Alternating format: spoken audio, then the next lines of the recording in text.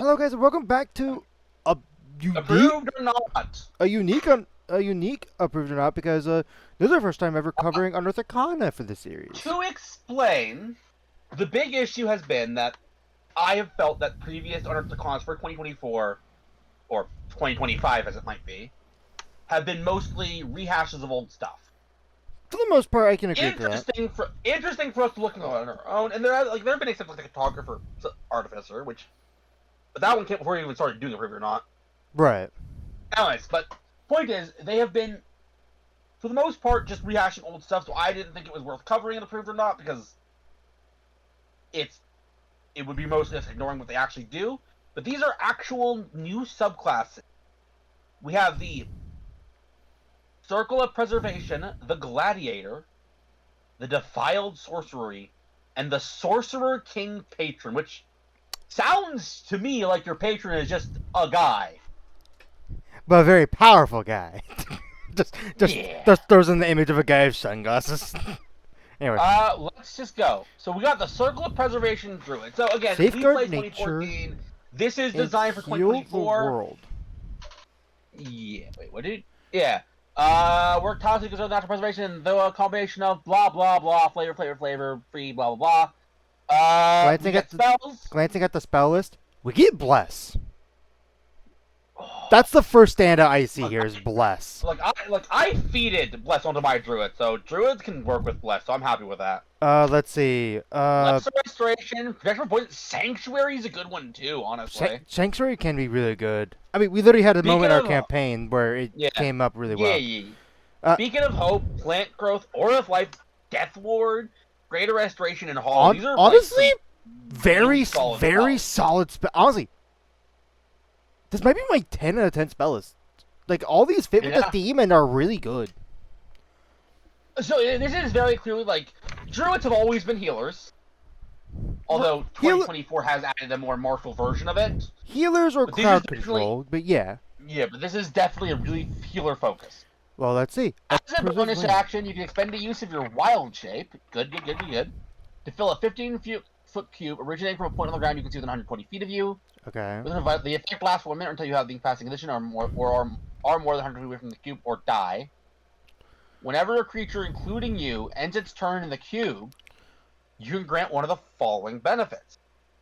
The creature gains temporary hit points equal to 1d4 plus your druid level.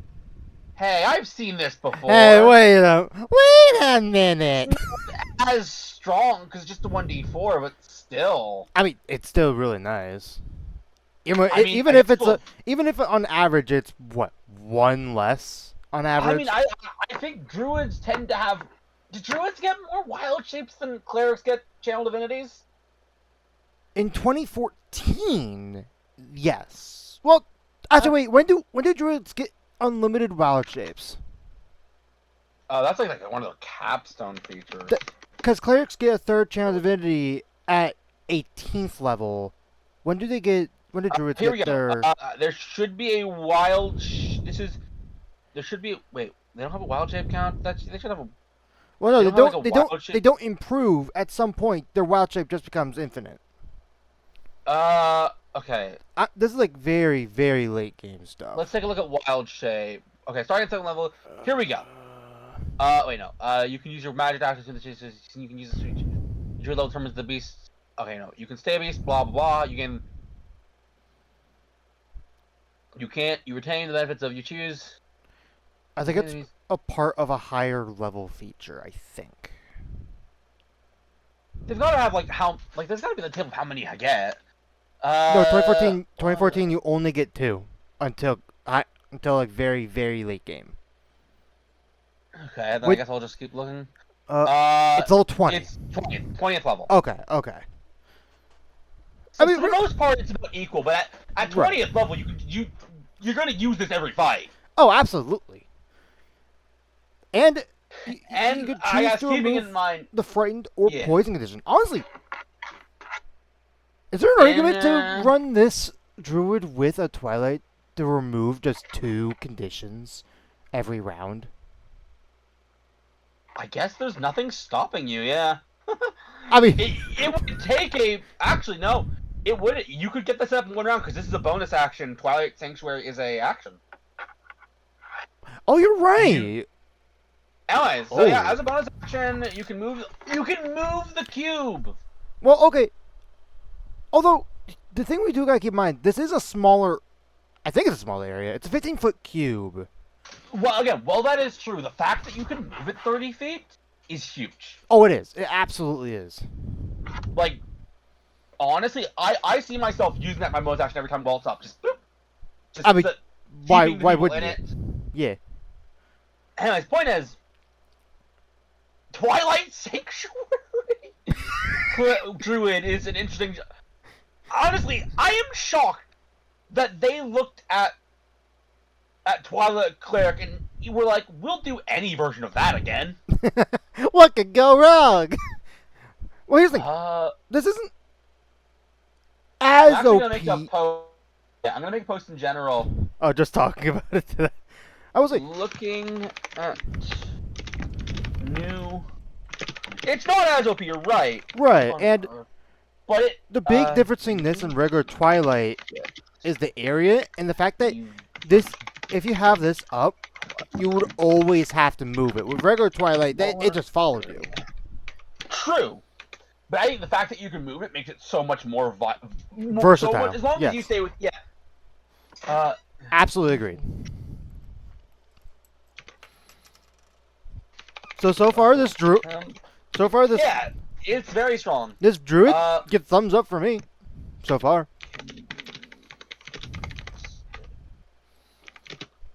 Centered on you. Let's see. Next, we got Student of Preservation. Your studies have improved your understanding of the order and resilience of nature, granting you the following benefits. Frugal casting. When you cast a druid spell, you can cast it without material components, except material components that are consumed by the spell or that have a cost. So basically, you have a. Additionally, when you cast. Ooh, that's big. 10% Whenever you cast chance. a druid spell that requires a material component that is consumed by the spell, there is a 10% chance that the component isn't consumed as part of that casting. Here is the thing. Now, you've played Druid more than me, so maybe you have more insight on this. Mm-hmm. How many Druid-specific spells have a material component that consumes? Quite a few. As a reminder, they get Revivify. Of course, they get Revivify. Don't they get normally Reincarnate. Reincarnate's the big one for druids. Oh, what's the material component for that one? Same as all the other revival spells. Fair. But okay. Look, I'm gonna be honest. If you're playing with a DM who's like super controlling about resources, having even a 10% chance, like roll that D100, get a divine intervention shot at keeping them, could be huge. That is. You could actually, like, here, scenario time. Ready? Yep. You are a druid. Unfortunately, due to some bad combat rolls, 2 of your allies have failed their last death save. The fight is over. The bad guy's dealt with. What do you do? I would like to attempt to cast Revivify on the. Okay, let's say we have Bob the Barbarian and Sam the Sorcerer. I don't know. Okay. I don't think we established Sorcerer. We did. I don't know if we called him Sam, but we did establish him. All right. So now you roll the D. You try to revive one of them. Roll the D100. Yep. Rolling the D100. That is a 9. Because you got a 9, you can revive the other. That could be the difference. Also, it would be so hype, right? That moment. Oh, it would. Imagine how hype that is at the table. Like, you're all sitting there. You use the diamond. You roll the D100. And D100 is the easiest way to do the math, let's be real. Right, yeah. Then you would go to the other party member and get prepared to cast Revivify, only realize you don't have a 3rd level spell slot. No, we have one. But that honestly, level 3 or for 2014 when we transfer it over, level 2. This is a banger. This is really fucking good. Yeah, let's keep going. So we got improved preservation. You're presenting the following ways. Well inside the cube created by your Twilight Sanctuary, basically. You and your allies get a bonus to Constitution saving throws equal to your Wisdom. That's big on a druid. That's nice. Druids don't get. As a reminder, even though this has a bunch of conditions on it that are similar to concentration, this ability is not concentration. Right. Meaning, you can absolutely be casting whatever of the thousands of concentration druid spells you want to cast.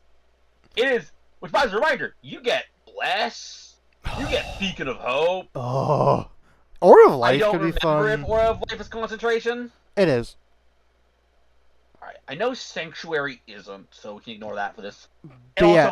like, But the entire druid list, which is filled to the brim with concentration spells. and this is druids normally don't get many ways to bump up their con and concentration save. Not Yeah, I'm many. looking to take some feats to fix that on mine, personally. Right, yeah. Like I think the only one is the Stars Druid, but you Yeah. have to be in like a specific form. But anyways, point Yeah. is, and then we get whenever the cube created by enters an enemy's space, and whenever an enemy enters the cube or ends its turn there, the enemy makes a Wisdom saving throw against your spell save. On a failed, they take 2d10 rain damage, and its speed is halved until the end of its next turn. As new growth rises in it, on a successful save, the enemy takes half the damage. The enemy makes a save only once per turn. Good on you to put that there. That's fine. Good save there. Good save. That's fine. I will say, I mean, it does a little bit of what Spirit Guardians do. Cannot complain. You cannot complain. Fractal Facilitated restoration. Facilitated. Nope, no R. You can cast Lesser Restoration or Greater Restoration without expending a spell slot or requiring spell components. You can use it without requiring spell components is big, as we discussed. You can use this feature to cast a spell in this way a number of times equal to your Wisdom modifier. That's a lot. That's a lot. Of greater restorations. This wouldn't cover the caustic component, right? Like normally, whenever the requiring spell components, that doesn't cover cost. In this case, it does. Yes, it does cover that. Oh. Yeah. If we go back to the previous feature, they make a point to specify material components that are usually that's what they do. In this case, they are not. Scrolls have the same terminology on them when you use them. Wow. You can use this feature to cast a spell in this way a number of times equal to your Wisdom modifier. Yeah, again, this is a lot. This is a lot of five greater restorations. Lesser restoration, sure, but 5 greater Oh my god. Yeah, I'm gonna be honest. Ooh. I do not. Yeah. Regain all expended use when you finish a long rest. Level 10. I'm gonna be honest. It's gonna be hard to hit the status at level 10 at that point when you hit level 10. Yeah, no. Alright, and then the size of the cube created. It goes to 15-foot cube. 30 foot. It increases 30 foot. In addition, when a creature you can see in the area your preserved land is hit by an attack roll, you can take a reaction to have that attack's damage against the creature. Honestly, the cube being bigger is a bigger deal for me. Here's my question, because I'm trying to think about this on a grid. 30-foot cube would be bigger than Twilight Sanctuary, right? Because of it being a cube and not a circle? I'm horrible at that math, man. I think. Besides the point, it's bigger. Again, the fact that you can move it is huge. It is. This is a powerful druid. Alright. Yeah, but I'm still good with you using it. I will put approved. Fighter. It's a gladiator fighter. Gladiators are just as much performance as they are warriors, whether brawling in underground fighting rings or fighting for. So there's also wrestler fighter, basically. You know what? Hey, maybe if this improves the unarmed fighting style, I'll accept it. Gladiators do use a lot of weapons, though. I'm sorry to tell you. I know. Shaped by the intent area, when you've learned to execute brutal martial moves once per turn, when you hit creatures with attack roll using a melee weapon, you can have one of the following brutality effects of your choice. Brutality. You can do this a number of times equal to your charisma modifier. This is a charisma fighter, so okay. Get your fighting style of choice and your charisma up. You do regain short or long rest. All expended uses. This is okay. Honestly, it has been a long time since I've seen a 2024 thing say that. Official 2024 thing those words. Well, let's see what these do. Bleed. You activate the Sap Mastery. Sap Mastery property, in addition to a different Mastery property using with that weapon, and the target takes extra damage equal to your Charisma modifier, minimum 1. The extra damage is the same as the weapon type. What does Sap do? Sap, I will double check, but I believe Sap makes it to where the next attack roll the enemy makes has disadvantage. You know what? D&D 5e weapon. Masteries. Honestly, it seems this whole thing is built around weapon mastery, so you probably should keep that up. Yes. And roll 20 because it normally has it organized way better. So we're looking for sap. Here it is. Mm-hmm. With the sap mastery, landing the attack on an enemy can inflict disadvantage on their next attack roll before the start of your next turn. Ooh. Okay, so Yeah. you do this and do what, a little extra damage equal to your charisma modifier, if I'm understanding this right. Yep. Okay, Correct. Yeah. okay, not bad. Not bad, honestly, not bad. And then we get Bluff, which is Vex, which we know. That one we know. That one we know. Yes, That is the one where it's the next attack you make is advantage. right. Let's see. In addition to a different master property using that weapon, and blah blah blah. And you have advantage on the next saving throw you make before the end of your next turn. I don't think is as good because that's assuming that you would make a save. Depends on what you're fighting. Hey, that's true. That's true. I mean, I was not bad. Really, let's be clear. The secondary effects are the secondary effects. It's the. Would you rather give yourself advantage or the bad guy disadvantage? Question. It's the real question. And then we get stumble property. In addition, you're using the weapon, and on its next turn, the target can only take an action or a bonus action, not both. Ooh. I might have to add a save to that, like that secondary effect there, because that is. Well, I was gonna say this all. You are spending a only at least 5, but it's short rest. Short rest. Ugh. You can. Yeah, I think I need to add I think we need to add a save to stumble. Here's my question: what is considered activating it? Would it be actually like, let's say I attack you, I use the topple effect, which remember does already have a save. I believe it's a strength save. But you make the save. Does that count as activating it? Like me causing you to make the save? That is. You know what? That's like a weird. I think raw stipulation. Russ, it would. Yeah, I think raw it would. We're gonna say it doesn't. Yeah, we'll just say that. You make the strength save you would normally for topple, and you only get disabled if you fail it.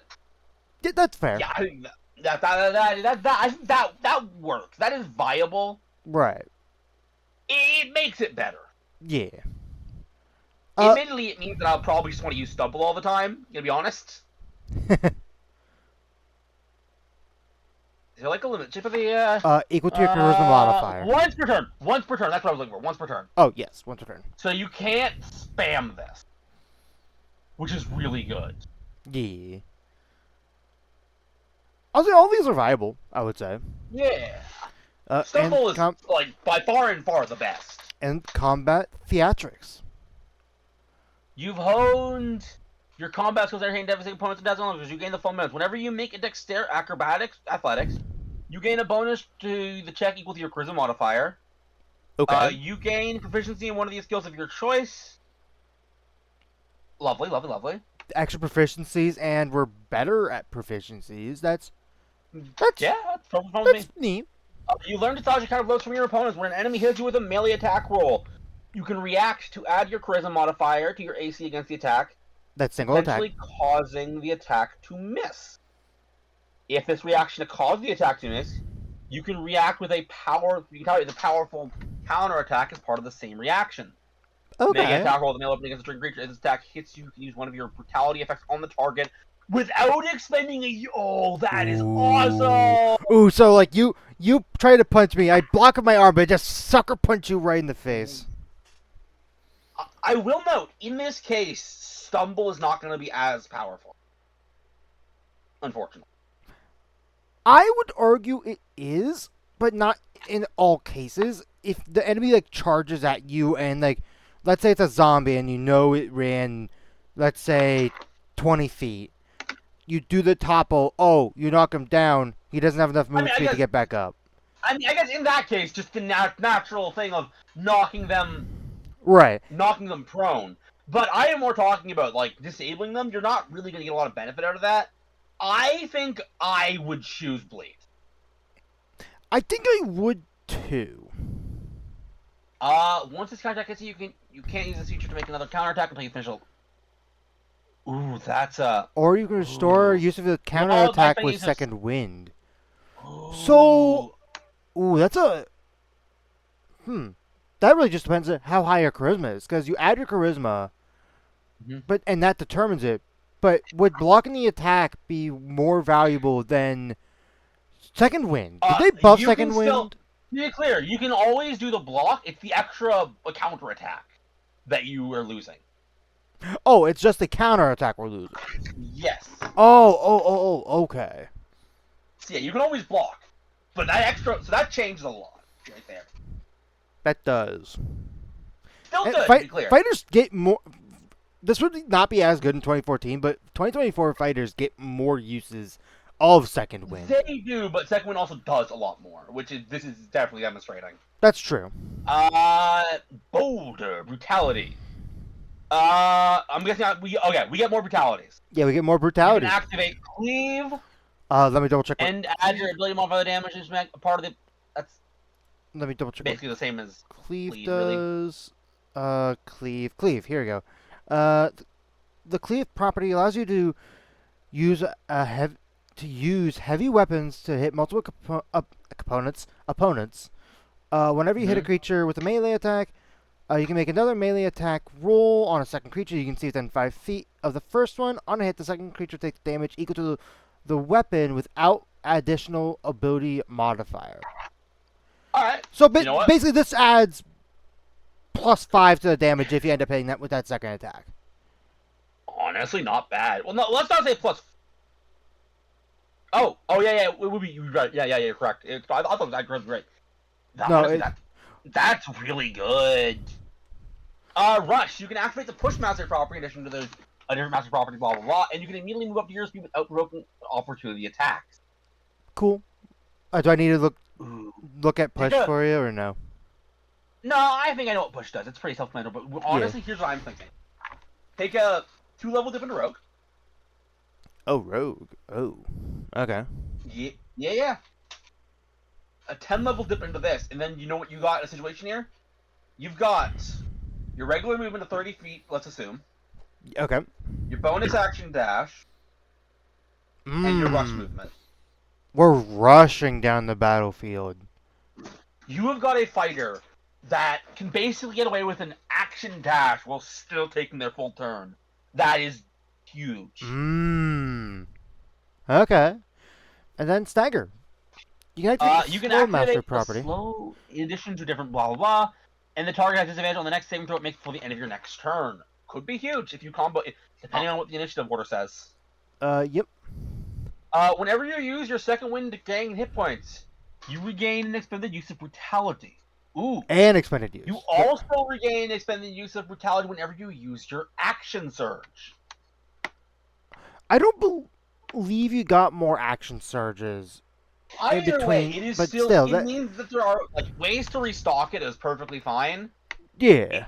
Honestly, when you hit a bloody creature with an attack roll, you can attempt to critically injure it. The target makes a Constitution saving throw. Is 18. 8 plus your Charisma modifier. Again, you better work on the Charisma. Yep. On a failed save, the target suffers the following effects. If the target takes the attack action, it can make only one attack. That is powerful. The target speed is halved, and it has a minus. Oh yeah, late level. Yeah, because late level. Very similar.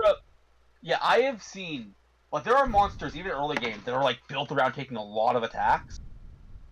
This basically destroys that. Wait, these two effects specifically last until the target regains any hit points. Okay.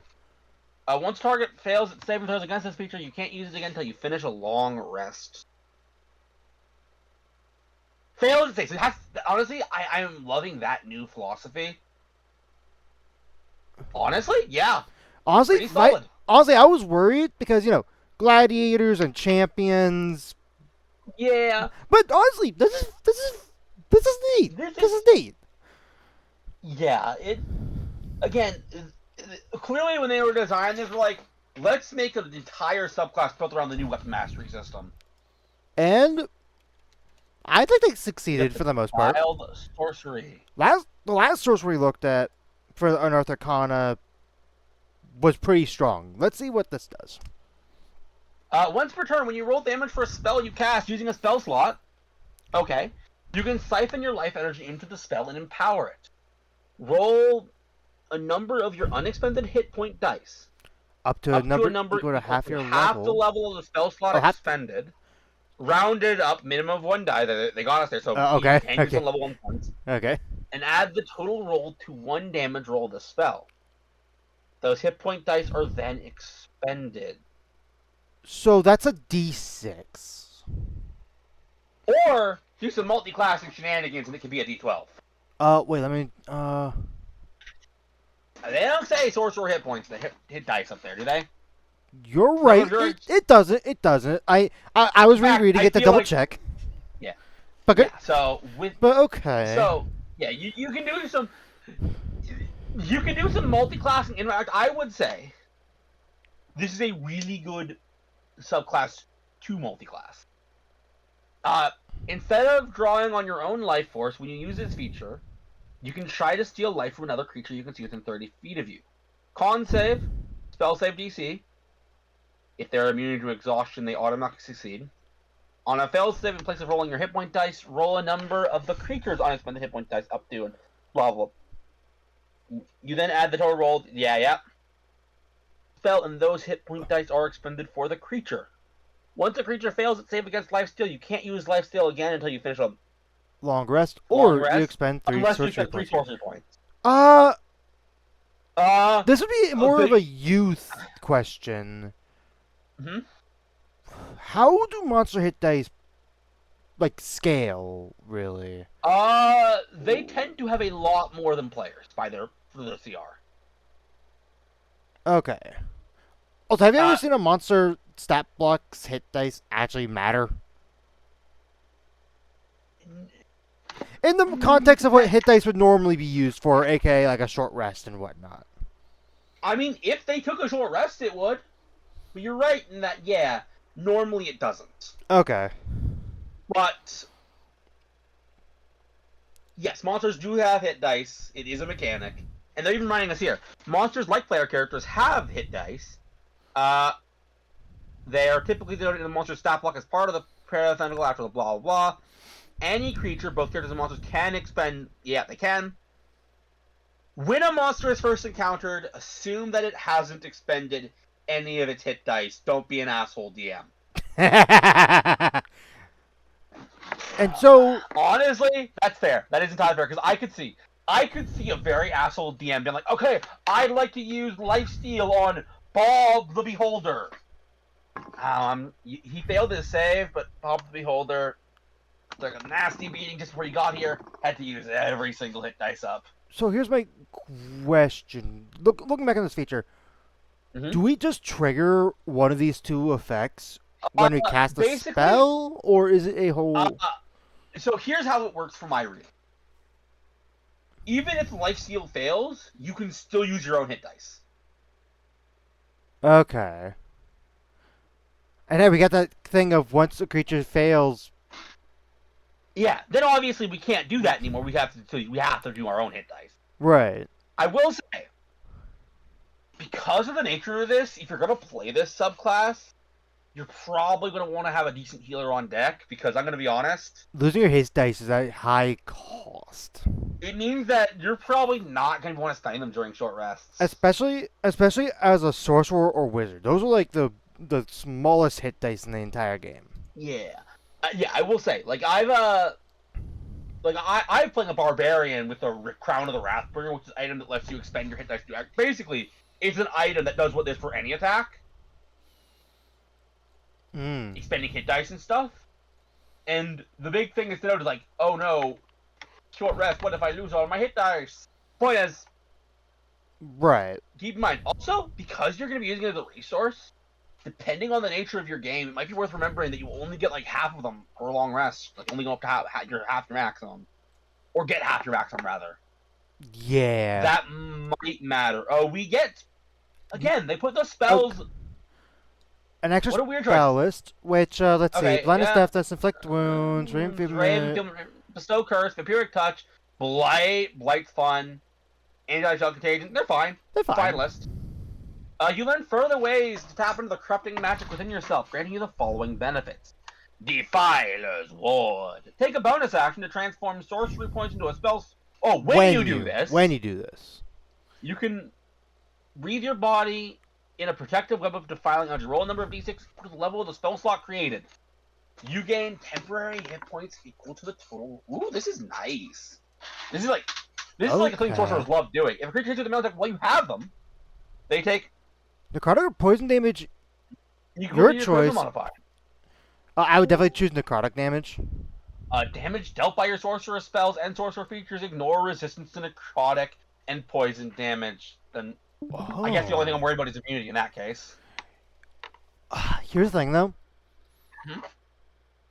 That last part sounds good because, hey, you get to affect both necrotic and poison. We had a conversation about necrotic where resistance and immunity don't. More things are resistant to poison. I'm pretty sure a lot more things are immune to poison. But either way, the poison is a lot more versatile. Honestly, poison resistance is, the only issue we had with it for the Warlock subclass we looked at all that long ago is just that it just didn't get any way to take advantage of it. Yeah, exactly. That was the issue. This does not have that problem. Right. The only thing I do want to bring up, and maybe this will dock. I don't know if this will dock points for you. Yeah. For all you need to do is use a bonus action to transform sorcery points into a spell slot to get these temp HP. I'm not crazy, right? When you make sorcery points into spell slots and spell slots into sorcery points, you're not losing any sorcery points. It's always an equal exchange, right? I'm not crazy about that. I'm not 100% sure, but it is a moot point because it is still a resource. In order to take advantage of abuse it the way you're imagining, you would basically be taking yourself out of the fight for the entire thing. Well, not exactly, because what you could do with this, because it doesn't give a duration, which tells me that it lasts until you take a long rest. So you could do this out of combat.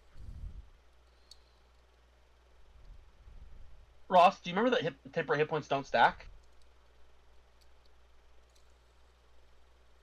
Why would the temporary hit points stack in this case? You're saying you can, again, you're trying to give me an idea of how they can abuse it. Since temporary hit points don't stack, all the best you can hope to do is start the fight with a couple D6 temporary hit points. It's not... That's fair. Alright. Yeah. Again, can you do that? Yeah, but it's not going to... I wouldn't call it abuse to do that. Fair enough. The only issue I would have is if you could somehow use it to make yourself invincible. But the only way to do that would basically be to take yourself out of the fight, which I don't think you'd ever want to do. Right. Anyways, 14. When you use your innate sorcery, which makes it very hard to convert to 2014, an aura of defiling magic fills a 15-foot emanation originating from you while you were innate sorcery is active, granting you the following additional benefits.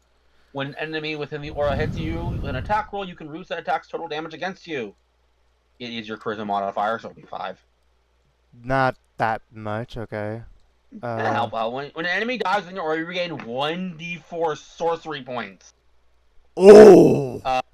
Once you use this feature, you cannot use this benefit again. You can't regain sorcery points in this way until you use innate sorcery again. It costs sorcery points to get into innate sorcery, right? No. I think you can recharge it with sorcery points. Let me bring up the Sorcerer 2024. Yeah, Sorcerer 2024. Let's take a look at this thing. I know I liked the innate sorcery, but I don't exactly remember how it interacts. Innate. As well as actually, you can release that magic for 1 minute during which you gain the. You can't use this. You can use this feature twice, and you regain all you can use is when you finish a long rest. I could have sworn there was an improvement on this at some. But when you finish a short rest, you can, if you have no uses, so level 7. If you have no uses of innate sorcery You can left, you can use it if you spend spend 2 sorcery points when you take the bonus action to activate it. So that's where we're standing. At 14th level. I know it's our 1d4, but talking from someone that plays a sorcerer, that's a... Sorcerers don't have that many ways to regain sorcery points.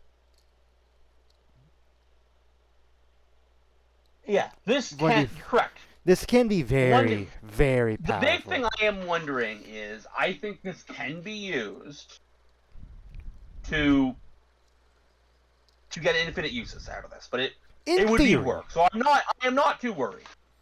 Anyways, we're at level 18 now. You're perfected your ability to control and channel defiling magic, granting the following benefits: foul soul, you have immunity to the poison and exhaustion conditions. Okay. Further defilement, the size of your withering aura increases to a 30-foot emanation. And simply the enemies can't regain hit points in your air or aura. That's pretty good. Wait. Oh, hold it. Paused. There was an ability we were looking at earlier.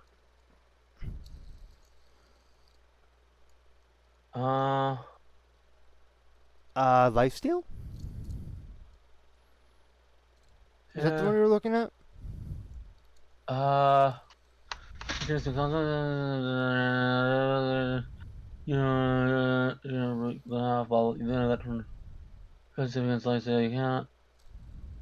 I wrong?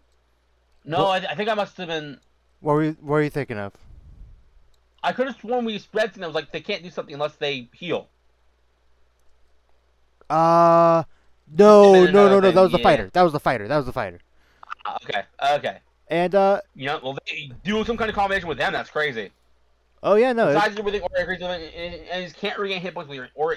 That is big. That is so big. And here we go. The Sorcerer King Patron. Let's see how good this is. I'm guessing this is going to be more of a spellcaster warlock, but I could be wrong. Let's see. We get... Besides buffing the Sorcerer King tells you can do so without verbal material components, except once they're consumed. Okay. Let's see. So we have compel duel, hold person, mind spike. Hold person, mind spike, wealthful spears, mining, sending, compulsion, staggering, smite, dominate person, static. Is mind spike the one that it's concentration where the creature makes a wisdom save, or you use your action to basically puppeteer them? I don't think so. We'll look. Mind spike 5e. Heart makes one same. That's if you also know you always. Oh, it's the divination damage spell. The only divination damage spell, officially. Anyways. Anyway. Alright. So here are spells. You gain the following. You gain proficiency intimidation skill if you don't already have it. You also have expertise intimidation. Cool. Thank you for letting us know. You can cast command as a bonus action without expending. No, sorry.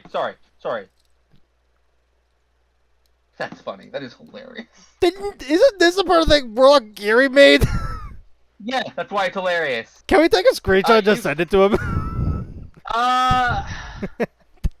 After this. Because that's funny. Again, there is obviously more to it than it made, but I do think it's funny. Right.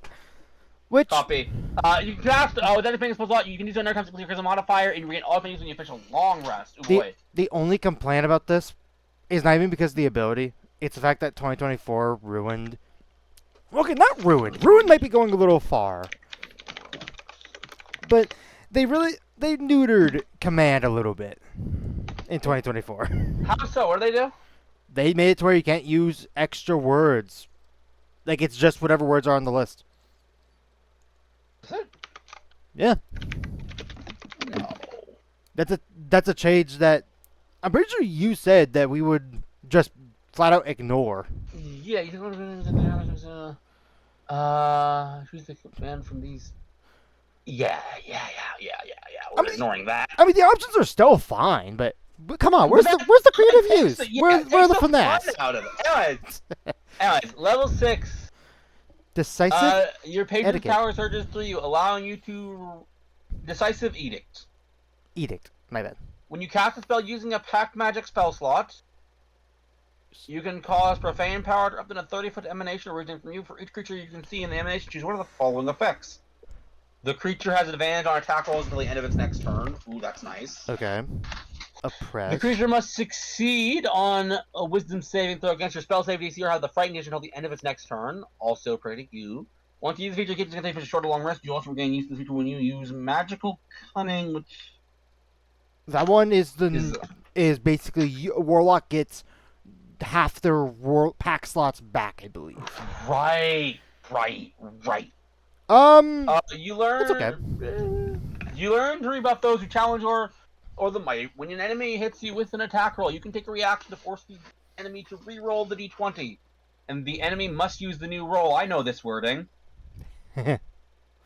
If this reaction turns the attack roll into a miss, the clearing creature takes psychic damage equal to your Warlock level. Charisma modifier. Yeah, the wording is just right out of Silvery Bars. And use this number of times to get to a charisma modifier per long rest. No, it's not. No, it's not. It must use the newborn, not the roll lowest. So it's not out of 30 bars. It's more like lucky. Yeah. But still, it is nice. An absolute tyranny. Yeah, you wield the tyranny. You wield your patience share augment with the absolute rule. Whenever you cast command, you can target direct one additional creature within the spell's range. Additionally, a creature frightened by your who automatically fails its saving throw against any command you cast. So that's big. What are we? So here's how I'm looking at this Warlock. Simply put, it's we have field control. Yeah, field control. We have 5 commands, 5 silvery barbs, as well as a potential emanation. Question. Answer. If I use, let's say, the command that I get from the Voice of Tyranny, that command that I use, that whenever I use command in that way, even though that's a part of my Warlock spell list, would not trigger Decisive Edict. They're very clear. It's using pack magic spell slots. So if you're not spending a pack magic spell slot, right? Okay. This doesn't trigger. Now, there are many ways to you can multi-class and just use your pack magic spell slot for anything, but you gotta be using no specific spell slots. That's what it cares about. Honestly, and obviously, when you use that ability, you're not a Voice of Tyranny. You're casting command without spending a spell slot specifically. So. Right, and I see a potential for something very fun in this. No, I mean, this is not a Warlock I would go out of my way to play, but I see the viability. I will say, do you want to know something that's crazy that you could do with this? Mm-hmm. Well, not crazy, but something fun. So, a rule change they did in 2024 is you can only expend 1 spell slot per turn, right? Correct. Yes. Which enables you to use, let's say I cast Fear. Oh, yes. Fear and command. That's what you use. Yep. You want to know why you use that? Because if they fail the fear, they'll listen to your command. Yep, no matter what. There's some powerful stuff that you could do that. Because, like, fear is a pretty decent range, too.